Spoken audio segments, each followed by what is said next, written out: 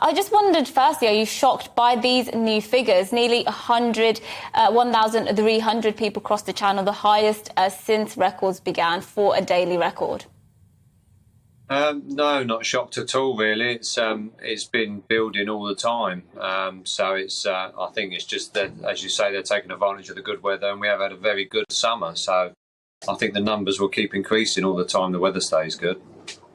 I mean, you're aboard your boat at the moment, aren't you? Whereabouts are you? What sort of thing? I mean, if you were to peer out your window right now, how busy is the shipping route? And, how likely would you be to see a small boat coming across? Today we're out fishing in the middle of the channel as we normally are, and it's actually quite a choppy day. The weather's not very good today compared to yesterday, but obviously the ships are still busy.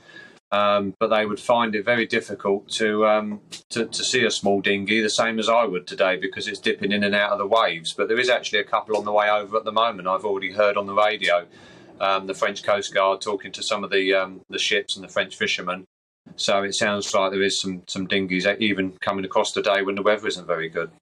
And we mentioned there in the introduction that you've previously had to rescue some migrants crossing the channel. I just wondered, what is your general feeling about the situation? Because on one hand, of course, they are still human, and if they're in distress, then we have a duty to rescue them and make sure they're safe. But on the other hand, of course, this is an issue that cannot be allowed to continue at its current rate. So what's your personal view about what should really be done? Well, obviously, when it first started, it was a lot more haphazard, and they were just buying boats and just having a go, and there was more sort of families and sort of what I would think would be genuine migrants coming across. But it's completely changed in the last few years, and now it seems to be a lot of young men and I would say more economic migrants, and the boats they're all purpose built for doing the crossing.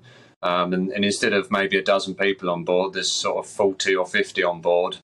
So I think it has changed. But I mean, as far as the duty of care, yes, if we come across anybody at sea in distress, we will always rescue them and then ask questions later. And that is the way it should be. But that duty of care should also extend to the French, because they're allowing and escorting these boats out to the middle of the channel and allowing them to make the crossing. And I don't think that's right, really, because sometimes they'll let them go on the border in the middle of the shipping lane in not favourable weather, and that really is allowing people you're putting people in danger there.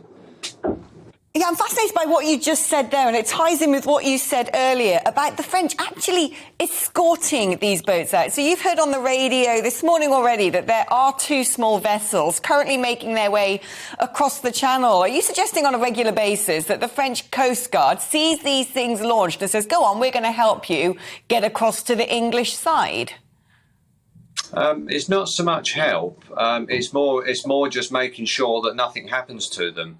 I mean, there's more than a couple of boats already today. I've heard four boats already, and there'll probably be more. But they do escort them across. Now, I can't see why they can't stop these migrant boats before they enter the busy shipping lane, which is 6 miles from their shore, because it is a danger. And part of the French maritime law is that a non-navigable vessel is not allowed in the shipping lanes. Yet they seem to forget that law a little bit when it comes to these migrant vessels. They should really be stopping them when they're in the water before they get into danger, rather than allowing them or following them across. I mean, they follow them across in case anything happens, they can pick them up, but they won't stop them unless the boat is sinking or the people are in danger. I mean, it's absolutely astonishing. You would imagine if the French Coast Guard knows that small vessels have left their shorelines going into the middle of the world's busiest shipping channel, they wouldn't just send out a notice to all the ships saying, watch out for them, that they would go and bring these people back. I mean, it beggars belief. It really does. It does, really. It's quite difficult to watch some days, because I've actually seen, large French warships bringing a boat across, and they've let it go in the shipping lane, and they've disappeared back towards the French coast to pick another one up, because it's a particularly busy day, which is more common all the time now. And that boat has gone in front of a ship and narrowly missed that ship. I mean, the ships can't do anything. They can't alter course that quickly. And a migrant boat, it goes in many different directions. There's no real navigation from the boats. And it was, I was at the point where I was thinking this could actually turn quite nasty and we might be going over there to pick people out of the water. So